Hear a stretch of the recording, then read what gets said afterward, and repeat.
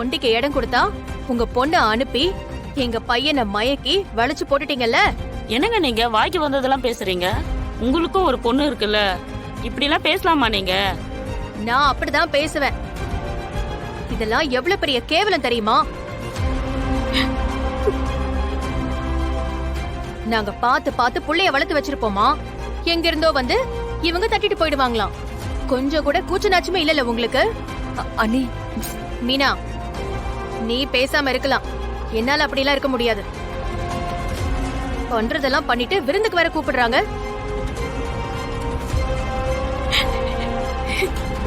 ஏய், என்னடி அழுவுற? இப்படி அழுது அழுது தானே குடும்பத்தையே ஏமாத்தி வச்சிருக்கீங்க. போங்கடி வெளியே.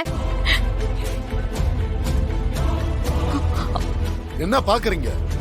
ஒழுங்கு மரியாதையா வெளியில போயிடுங்க, இல்லன்னா கழுத்து பிடிச்சு தள்ளுவேன். போங்க. என்ன என்ன சம்பந்தம் இது? இங்க பாருங்க, வயிற்றுச்சல கொட்டிக்காதீங்க. போங்கன்னு சொல்றேன்ல. ஒரு தடவை சொன்னா உங்களுக்கு புரியாதா? அண்ணி, போங்க இங்க இருந்து. வெளியே வெளியே போங்க. போங்க. போங்கன்னு சொல்றேன்ல.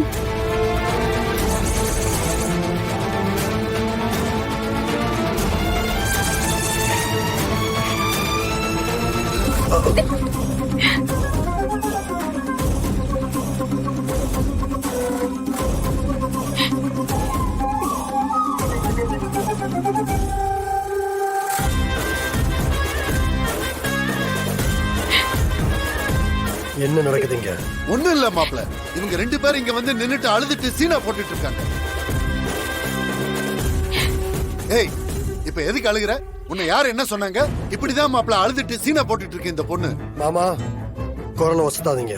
அது இல்ல மாப்ள, ஒசத்தாதீங்கன்னு சொல்றேன்ல. எதுக்காக இவ்வளவு ரூடா நடந்துக்கிறீங்க? மா, என்னாச்சுமா சொல்லுங்க. இல்ல தம்பி, மாப்பிள்ளை விருந்துக்கு எல்லாரையும் கூட்டிட்டு போலான்னு வந்தோம். ஆனா இவங்க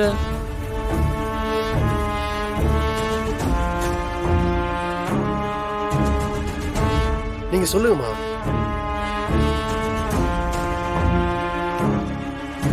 சரி சிபி, விடுறா. மா, நீ பேசாம இருமா. நீங்க சொல்லுங்க. இவ்வளவு நேரம் தப்பு தப்பா பேசி எங்களை வெளியில புடிச்சு தள்ளுறாங்க தம்பி.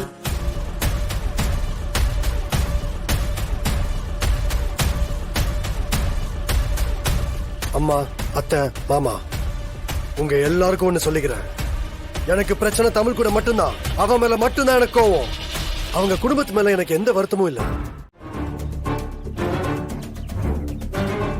அது எனக்கு நல்லாவே தெரியும். இவங்க கிட்ட போய் தப்பா பேசிட்டு இருக்கீங்க. மனசுல கொஞ்சம் கூட இறக்கம் இல்லையா உங்களுக்கு? இன்னொரு தடவை இவங்களை அவமானப்படுத்துற மாதிரியோ கஷ்டப்படுற மாதிரியோ பேசுறத நான் பார்த்தேன், என்ன பண்ணுவேன்னு எனக்கே தெரியாது.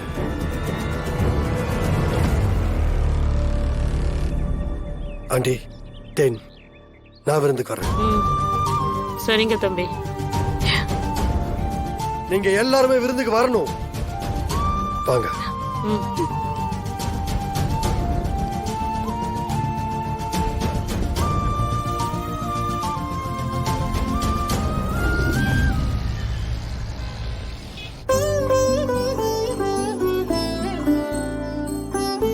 முத்து, முத்து, இதோ வரேம்மா. அம்மா, முத்து, என்ன ஒரு மாதிரி இருக்க?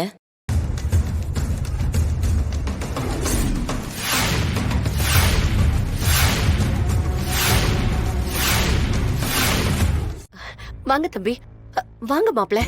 ஆண்டி, தப்பா எடுத்துக்காதீங்க.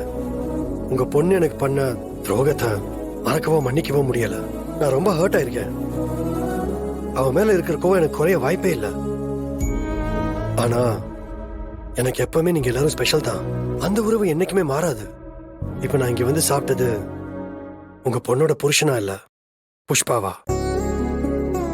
என்னைக்குமே நான் உங்களுக்கு புஷ்பா தான் ஆண்டி. உங்க பொண்ணு பண்ண தப்புக்கு நானும் சரி, என் குடும்பமும் சரி. உங்களை அவமானப்படுத்துறது தப்பு. அதனாலதான் நான் எல்லாரையும் விருந்துக்கு வர சொன்னேன். நான் சொல்றது உங்களுக்கு கஷ்டமா தான் இருக்கும். இப்ப நீங்க என்ன மாப்பிள்ளைய பார்க்க ஆரம்பிச்சிட்டா அது இன்னொரு நாள் உங்களை பெருசா காயப்படுத்தும். அதனால என்ன மாப்பிள்ளைய பார்க்காதீங்க. எப்பவும் போல புஷ்பாவா உங்க வீட்டுல ஒருத்தனா பாருங்க ஆண்டி.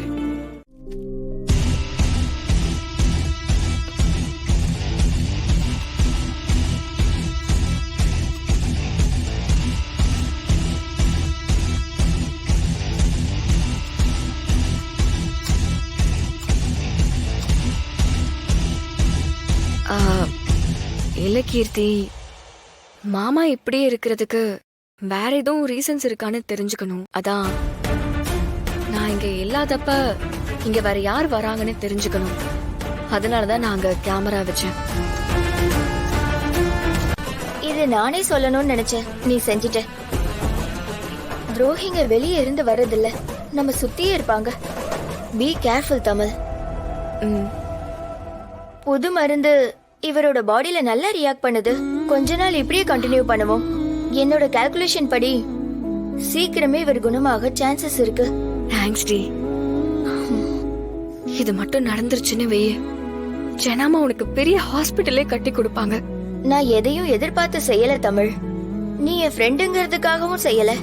குணமாக வாய்ப்பு இருக்கிற ஒரு பேஷண்ட் இந்த நிலைமையில இருக்கிறது தப்பு.